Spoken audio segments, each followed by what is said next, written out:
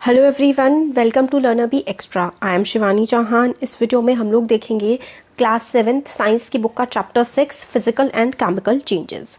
तो physical changes क्या होते हैं, केमिकल चेंजेस क्या होते हैं, वो हम देखेंगे। तो इस चैप्टर में पहले हम देखते हैं कि फिजिकल चेंज में क्या होता है कि सब्सटेंस, कोई नया सब्सटेंस नहीं फॉर्म होता है। In physical change no new substance is formed. Chemical change में नए सब्सटेंस फॉर्म होते हैं। तो देखते हैं हम इसमें एवरीडे लाइफ में हम लोगों को काफ़ी सारे चेंजेस अपने आसपास देखते हैं। चेंजेस में काफ़ी सारे सब्सटेंस इन्वॉल्व होते हैं। एग्जांपल के लिए, जब आप लोग चीनी घोलते हैं पानी में, ठंडे पानी में, तो वो धीरे घुलती है, ठीक है। बट क्या होता है, पहले वो पानी था, फिर जब आपने चीनी घोल दी तो वो शुगर सॉल्यूशन बन गया। सिमिलरली आप लोग देखते हैं कि जो कर्ड है, दही जमती है किससे, मिल्क से, वो भी एक चेंज है। और कई बार क्या होता है, मिल्क खट्टा हो जाता है, और मतलब चेंज हो रहा है, पहले मीठा था फिर खट्टा हो गया, है ना। तो रबर बैंड को आप खींच देते हैं तो वो खिंच जाता है। तो काफ़ी सारे चेंज हो रहे होते हैं। इनमें से कुछ चेंज जो हैं वो फिजिकल चेंज हैं और कुछ चेंज जो हैं वो केमिकल चेंज हैं। अब ये दो काइंड के चेंज हैं, अब हम इनको देख लेते हैं। फिजिकल चेंज क्या होता है, तो इसका एक्टिविटीज़ है, इतनी इंपॉर्टेंट नहीं है वाली एक्टिविटीज़, तो हम डायरेक्ट देखते हैं कि एक्चुअल में फिजिकल चेंज होता क्या है। तो काफ़ी सारी एक्टिविटीज़ हैं इसमें। फिजिकल चेंज में ना इस तरीके की एक्टिविटी होती हैं कि आप लोगों ने पानी बॉईल कर दिया, पहले वो गर्म हो गया बट वो दोबारा से ठंडा भी हो जाएगा, है ना। तो इसका मतलब जो पानी आपने बॉईल करा था वो दोबारा से अपनी पहले वाली स्टेट में आ गया, वो क्या हो गया, फिजिकल चेंज हो गया। तो वाटर की बस स्टेट चेंज होती रहती है, मगर वो वापस अपनी पहले वाली स्टेट में आ जाता है। तो फिजिकल चेंज प्रॉपर्टीज़ क्या होती हैं किसी भी सब्सटेंस की, ये चीज़ बहुत इंपॉर्टेंट है। तो property such as size, colour, state and substance of a substance are called its physical properties. अगर आप लोग सोच रहे होंगे पूरा पेज मैंने स्किप करवा दिया, तो देखिए जो भी इंपॉर्टेंट एक्टिविटीज़ होती है ना, वो मैं आपको एक्सप्लेन करती हूँ। ये वाली एक्टिविटीज़ इतनी इंपॉर्टेंट नहीं है, ये वाला पार्ट इसका सबसे इंपॉर्टेंट है। तो प्रॉपर्टीज़ जैसे कि किसी भी चीज़ की शेप हो गई, वो क्या गोल है, लंबा है, चौड़ा है, ये सारी की सारी शेप होती है। या मतलब गोल है, ऐसे है, रेक्टेंगल है, ट्रायंगल है, कैसा है, ठीक है, वो उसकी शेप हो गई। लंबा है, चौड़ा है, छोटा है, वो उसका साइज होता है कि कलर क्या है फिर। और स्टेट क्या है सब्सटेंस की, मतलब वो सॉलिड में है, लिक्विड में है, गैस में है, किस में है, ठीक है। ये सारी की सारी चीज़ें आप याद कर लीजिए, चार ही हैं। Shape, size, colour and state of a substance. Shape, size, color and state. Shape, size, color and state of a substance are called as physical properties. तो physical properties होती हैं, shape हो गया, color हो गया, size हो गया, state. Shape, color, size and state of a substance, ये क्या होती हैं, physical properties होती हैं। और change in which substance undergoes a, तो इस तरीके का change in which a substance undergoes a change in its physical properties। और अगर physical properties में बदलाव आ रहा है तो इस तरीके के change को हम लोग physical change कहते हैं। physical change is generally reversible, मतलब आप उसको पहले जैसा बना सकते हैं। in such a change no new substance is formed। तो physical change में कोई भी नया substance form नहीं होता है। एग्जाम्पल, आप अपनी रबर बैंड को खींच के देखिए। रबर बैंड आप खींचेंगे तो वो पहले लंबी हो जाएगी और फिर वो वापस उसी शेप में आ जाएगी, या फिर वो टूट जाएगी, ऐसा भी हो सकता है। बट कभी भी उसमें से एक नया सब्सटेंस फॉर्म नहीं हो रहा है। उसकी शेप, साइज, कलर, स्टेट जो है, ये सारी की सारी चीज़ें चेंज हो सकती हैं, मगर उसमें से कोई नया सब्सटेंस नहीं फॉर्म हो रहा है, तो हम उसको फिजिकल चेंज कहेंगे। अब आता है केमिकल चेंज। केमिकल चेंज जैसे कि रस्टिंग ऑफ आयरन, आयरन पे जंग लग जाना, है ना। तो आपने ब्राउन ब्राउन सा कलर देखा होगा, आयरन के ऊपर जंग सी लगी हुई होती है, उसको हम लोग रस्ट कहते हैं। और ये जो प्रोसेस जिसकी वजह से आयरन पे जंग लगता है, इस प्रोसेस को हम लोग रस्टिंग कहते हैं। गेट्स हो गए, पार्क के, फार्मलैंड, आयरन, सबके सारे आयरन के आर्टिकल्स होते हैं। आप देखिए, ये देखिए कितना ज़्यादा जंग लगा हुआ है इसमें, है ना। इन सब पे क्या लगा हुआ है, जंग लगा हुआ है। जंग कैसे लगता है, when expose to the atmosphere for some time, मतलब आप लोहे को बिना पेंट करे ऐसे ही हवा में, पानी में, उस पर हवा पड़ेगी, पानी पड़ेगा, तो क्या हो जाएगा, आयरन रस्ट हो जाएगा, ठीक है। और किचन में अगर आप wait iron Tawa often gets rusted if left in the state for some time। और जो घरों में तवा होता है, लोहे का तवा होता है वो, तो अगर आप उसको पानी उस पे से नहीं हटाएंगे, ऐसे ही रख देंगे, तो आप देखेंगे उस पर भी जंग लग सकता है। तो rust is not iron, rust जो है वो आयरन नहीं होती, ये different from iron on which it gets deposit. मतलब जो रस्ट होती है ना, वो लोहा नहीं होता है, वो अलग ही तरीके का सब्सटेंस फॉर्म हो रहा होता है। तो वो आयरन को चेंज कर रहा होता है, आयरन को सड़ा रहा होता है, उसे ख़राब कर रहा होता है, इसलिए वो क्या है, वो एक केमिकल चेंज है। अब ये देखिए मैग्नीशियम रिबन बर्निंग, तो आप एक थिन स्ट्रिप, खैर ये आप घर पे नहीं परफॉर्म कर सकते हैं, तो थिन स्ट्रिप लीजिए, एक रिबन ऑफ मैग्नीशियम होता है, लेबोरेटरीज में अवेलेबल होता है, आप उसको साफ़ करिए सैंड पेपर से, मतलब उसको अच्छे से साफ़ कर लीजिए, उसको कैंडल के पास लाएंगे तो आप देखेंगे कि वो बहुत ही ज़्यादा तेज़ी से जलता है। तो when it completely burn it leaves behind a powdery ash, और जब वो पूरी तरीके से जल जाता है तो ऐश जैसी उसमें राख जैसी बच जाती है। तो किस तरीके का चेंज आपको दिखा, ऐश लुक लाइक, ठीक है, मैग्नीशियम रिबन जैसी ऐश लगती है तो नहीं, ऐसी नहीं लगती है। तो देखिए मैग्नीशियम, कभी भी कोई चीज़ जलती है ना तो हमेशा ऑक्सीजन के प्रेजेंस में जलती है, एक फ्यूल होना चाहिए और एक ऑक्सीजन ज़रूर ही प्रेजेंट होनी चाहिए। तो मैग्नीशियम जला ऑक्सीजन की प्रेजेंस में तो वो MgO मैग्नीशियम ऑक्साइड बन गया। तो डिफरेंट इक्वेशन और मैथमेटिक्स वगैरह ये सब इतनी इंपॉर्टेंट नहीं है। तो आपने ऐश कलेक्ट कर ली और उसको मिक्स कर दिया थोड़े से अमाउंट ऑफ वाटर में, स्टिर द मिक्सचर, ठीक है, आपने उसको घुमा दिया और उसको आप लिटमस पेपर से चेक करेंगे तो क्या पता लगेगा, लिटमस पेपर से चेक करेंगे ना तो मैग्नीशियम रिबन ना देखिए बेसिक होता है, तो it will turn red litmus to blue, ठीक है, रेड लिटमस को ब्लू में वो चेंज कर देगा। तो आप इसको कैसे क्लासीफाई करेंगे, सॉल्यूशन कैसा है, तो आप बता सकते हैं टेस्ट करके, है ना। तो इसमें यही बताया गया है, on dissolving the ash in water it forms a new substance, जब आप जो राख थी आपने उसको पानी में घोल दिया तो वो एक नया सब्सटेंस उसने फॉर्म कर दिया। पहले वो MgO था, पहले क्या था, Mg था और O2 था, फिर आपने रिएक्शन, जब हमारी रिएक्शन हुई थी, जब वो जला था तो वो MgO बन गया था। फिर अब जो MgO बना था, आपने जो राख बनी थी MgO उसको आपने पानी में डाल दिया, पानी का फॉर्मूला होता है H2O, तो इसका बन गया MgOH का होल ट्वाइस। अब देखिए आप लोगों को रिएक्शन सिखा देते हैं एनसीईआरटी में, बट आपको इनको बैलेंस करना सिखाया जाता है 10th क्लास में। तो फिलहाल आपको थोड़ा सा रट्टू पोपट वाला काम करना पड़ेगा कि जो Mg है ना, Mg इसको हम लोग आगे लिख देंगे, फिर जो O है ना, ये भी यहाँ पे भी O है और यहाँ पे भी O है और यहाँ पे 2 2 है, तो OH और दोनों के पास 2 थे ना नीचे, तो दोनों में ब्रैकेट लगा के होल 2 इसको लिख देंगे या फिर होल स्क्वायर बोलते हैं। तो Mg जब मैग्नीशियम, जब वाटर के साथ मैग्नीशियम जब पानी के साथ रिएक्ट करता है तो MgOH का होल ट्वाइस। ऐसा क्यों हुआ, क्योंकि एक Mg था, एक बिल्कुल ठीक बात हो गई, MgO था, 2 O थे और 2 H2 थे, तो OH और फिर 2 2 हमने मतलब बाहर लगा दिया। तो वही आपने पिछले चैप्टर में पढ़ा था कि हाइड्रोजन मैग्नीशियम हाइड्रोक्साइड क्या है, बेस है, और जब वो हवा में बर्न होता है तो एक नया तरीके का सब्सटेंस फॉर्म हो जाता है, जब उसको पानी में राख बन जाती है, राख को हम पानी में मिलाते हैं तो एक अलग सा ही सब्सटेंस बन जाता है। फिर ये हमारा आता है कॉपर सल्फेट का एक्टिविटी। एक और है कि आपको कॉपर सल्फेट जो है कि ब्लू से कलर का होता है ना, उसको अगर हम लोग पानी में रखेंगे, ठीक है, और few drops of sulphuric acid, मतलब आपने कॉपर सल्फेट, कॉपर का फॉर्मूला होता है Cu और सल्फेट का फॉर्मूला होता है SO4। तो कॉपर सल्फेट को अगर आप पानी में रखेंगे, ठीक है, और उसमें पानी में रखेंगे और आपने सल्फ्यूरिक एसिड होता है हमारा H2SO4 सल्फ्यूरिक एसिड का फॉर्मूला होता है, ठीक है, तो you should get a blue coloured solution, तो आपको ब्लू कलर का सॉल्यूशन मिल जाएगा। फिर आप उसको सैंपल को एक अलग रख दीजिए, ठीक है, फिर आप उसमें क्या करिए, एक नेल डाल दीजिए, नेल मतलब वही आपकी कील डाल दीजिए, और या फिर शेविंग ब्लेड या कुछ भी जो थोड़ा बहुत लोहे का हो, और आधे घंटे बाद देखिए, ऑब्जर्व करिए कलर को, क्या कलर्स में कोई चेंज आया है। मतलब एक तो सॉल्यूशन था जिसमें आपने कुछ नहीं डाला, वो आपने अलग रखा है, एक सॉल्यूशन में आपने लोहे की कोई चीज़ डाल दी है, तो क्या हो जाएगा, तो कॉपर सल्फेट जो कि ब्लू कलर का था, ठीक है, कॉपर सल्फेट क्या था, ब्लू कलर का, बट आपने एक नेल डाल दिया या फिर आपने ब्लेड डाल दिया तो वो जो सॉल्यूशन है ना वो ग्रीन कलर का हो जाएगा।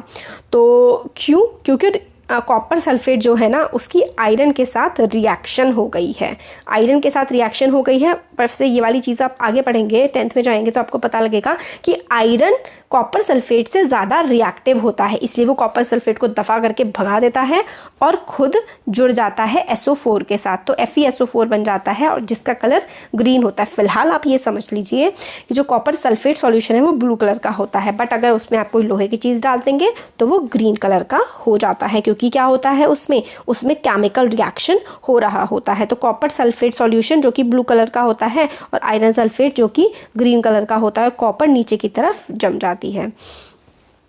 इसमें फिर हमें यही बताया गया है अब एक और एक्टिविटी है, देखिए स्टार्टिंग की एक्टिविटीज़ इंपॉर्टेंट नहीं थी इसलिए मैंने आपको नहीं बताई, अब ये वाली एक्टिविटीज़ इंपॉर्टेंट है इसलिए हम इसको पढ़ रहे हैं।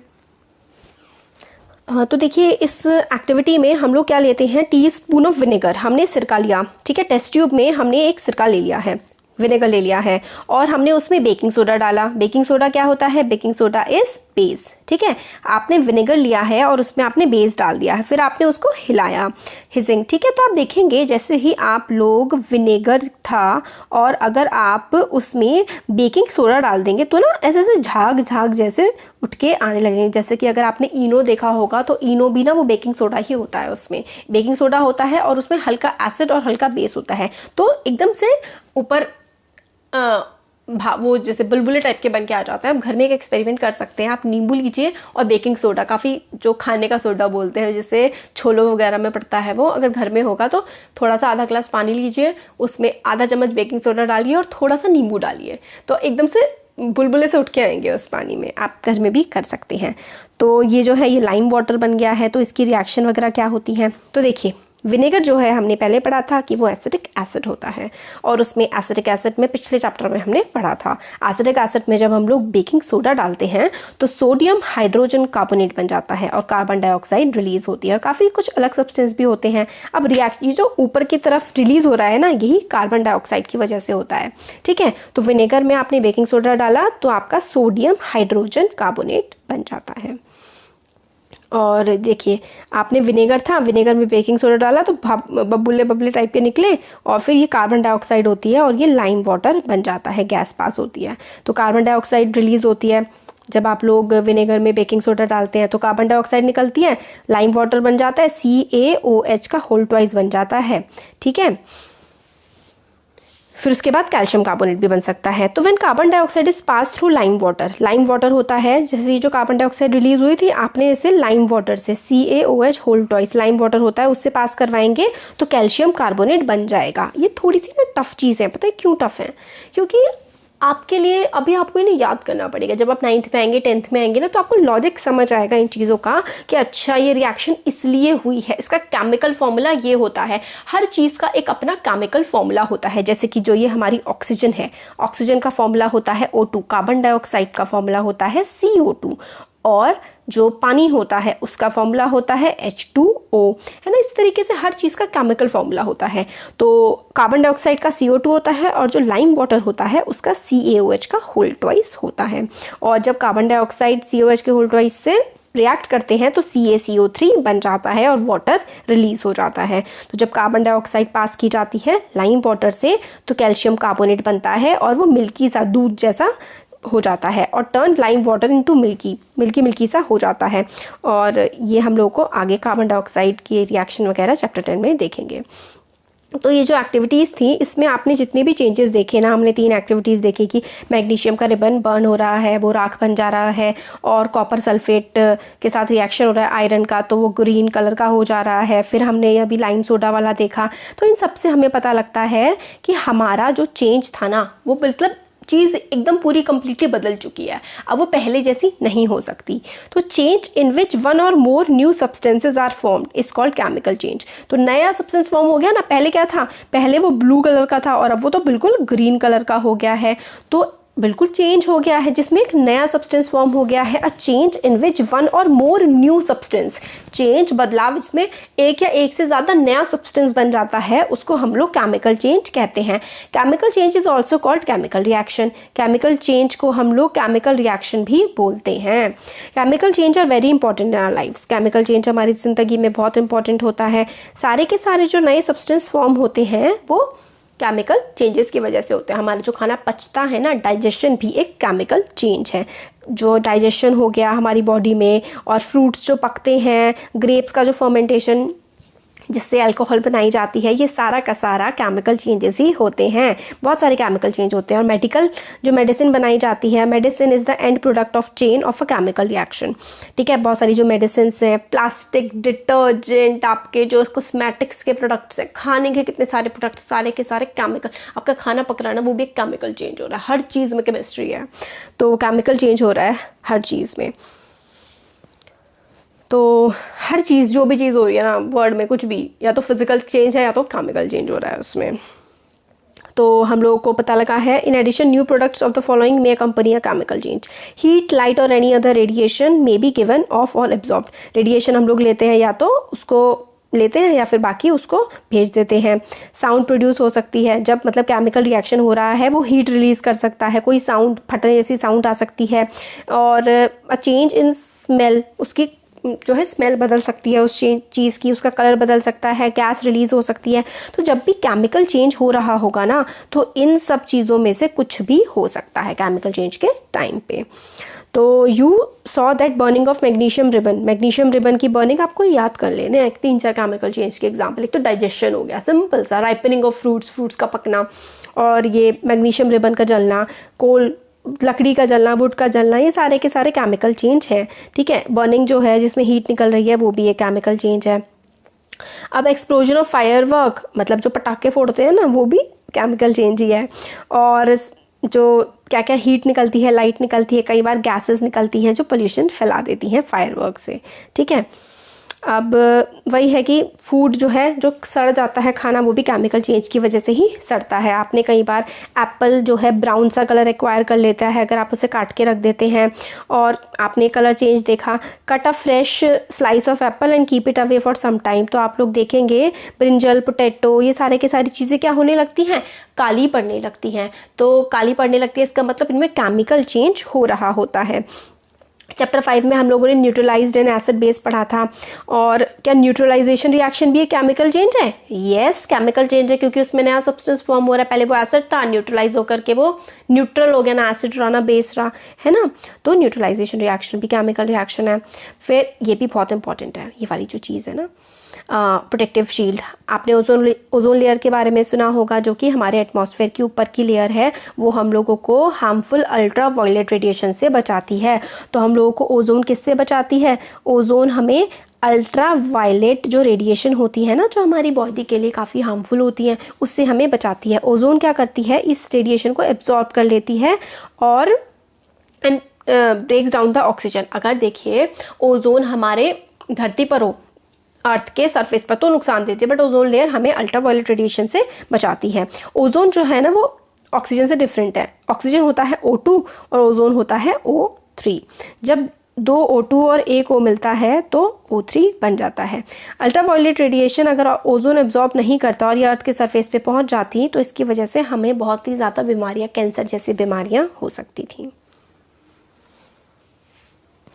अब गैल्वेनाइजेशन बचा है, क्रिस्टलाइजेशन का बचा हुआ है। देखिए टाइम कितना हो गया, 17 मिनट हो गए हैं, और ये सारा तो हमने पढ़ ही लिया है। अब रस्टिंग ऑफ आयरन, आयरन की रस्टिंग और क्रिस्टलाइजेशन, ये वाला चलिए पढ़ ही लेते हैं। थोड़ा सा वीडियो बड़ा हो जाएगा, बट कोई नहीं, फिर नेक्स्ट वीडियो। अब आयरन डस्ट होता है। आयरन डस्ट का मतलब होता है आयरन में जंग लग जाना। तो एक this is one change that affects iron article, और धीरे धीरे मतलब आयरन को अफेक्ट करता है और धीरे धीरे उसको ख़राब कर देता है। और ये बहुत बड़ी प्रॉब्लम है। हमारे जो ब्रिजेस बनते हैं, शिप्स बनते हैं, काफ़ी सारी चीज़ों में ये इसकी वजह से काफ़ी ज़्यादा मॉनेटरी लॉसेज होते हैं, काफ़ी ज़्यादा नुकसान झेलना पड़ता है। बट ये होता कैसे है? तो देखिए आयरन अगर ऑक्सीजन की या फिर वाटर की प्रेजेंस में आता है तो आयरन ऑक्साइड बन जाती है, Fe2O3 बन जाता है। अगर आयरन ऑक्सीजन की प्रेजेंस में आता है, वाटर की प्रेजेंस में आता है, तो Fe2O3 बन जाता है। इसकी वजह से आयरन पे रस्टिंग हो जाती है। तो हमें रस्टिंग के लिए किन 2 चीज़ों की ज़रूरत पड़ी, इंपॉर्टेंस बहुत ज़्यादा है, और ये टॉपिक भी बहुत इंपॉर्टेंट है। तो रस्टिंग के लिए ऑक्सीजन और वाटर का प्रेजेंस होना बहुत ही ज़्यादा ज़रूरी है। हमारे हवा में मॉइस्चर होता है, हवा में पानी होता है, नमी होती है, इसकी वजह से आयरन जो है वो रस्टिंग करता रहता है। बट अगर हम लोग किस तरीके से बचा सकते हैं, तो हम लोग गैल्वेनाइजेशन का प्रोसेस लगा सकते हैं। या तो हम लोग क्या करते हैं, पेंट कर देते हैं, है ना, पेंट भी करते हैं, और फिर उस पर ग्रीस लगा देते हैं, पेंट लगा देते हैं, ग्रीस लगा देते हैं, या फिर हम लोग उस पर क्रोमियम और जिंक भी लगा सकते हैं। क्रोमियम भी एक केमिकल होता है। क्रोमियम या फिर जिंक अगर हम उसमें लगा दें आयरन के ऊपर, तो जो प्रोसेस मतलब वो फिर रस्ट नहीं होगा। तो process of depositing a layer of zinc on iron is called galvanisation.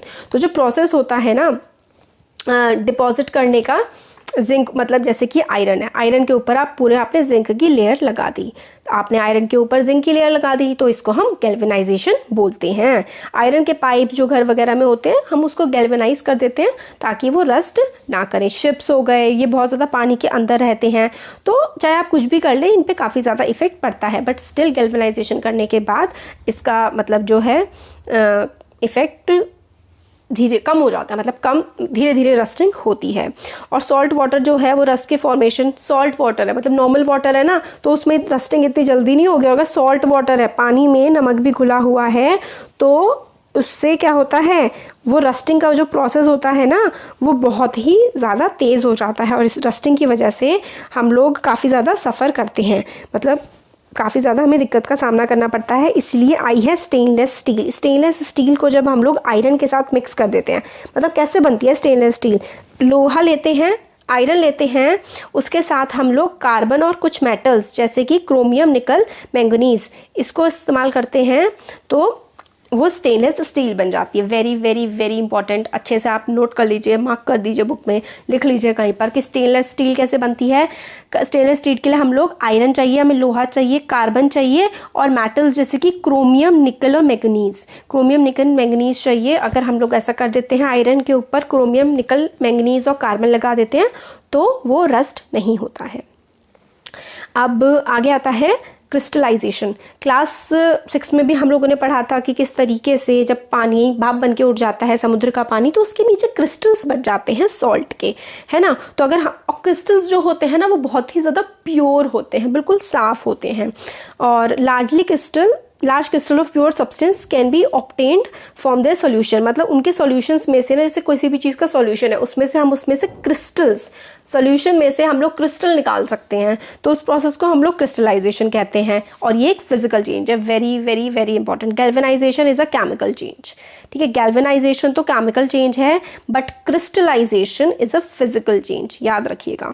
किस तरीके से ये प्रोसेस किया जाता है, हम लोग को एक कप में पानी लेना है, फिर उसमें हम लोगों को डाइल्यूट सल्फ्यूरिक एसिड डालना है। तो क्या क्या करना है, हमें एक बीकर में पानी लेना है, फिर उसके बाद हमें उसमें डाइल्यूट सल्फ्यूरिक एसिड डालना है, फिर उसको हमें गर्म करना है। और गर्म जब हम लोग कर रहे होंगे ना पानी को, जिसमें डाइल्यूट सल्फ्यूरिक एसिड पड़ा हुआ है, जब हम उसे गर्म कर रहे होंगे तो गर्म करते टाइम हमें उसमें कॉपर सल्फेट का पाउडर डाल देना है, धीरे धीरे हिलाते हुए। और जब हम लोग कॉपर सल्फेट का पाउडर हम लोग ऐड करते जाएंगे, फिर एक टाइम ऐसा आएगा कि और पाउडर उसमें डिज़ोल्व नहीं हो पाएगा।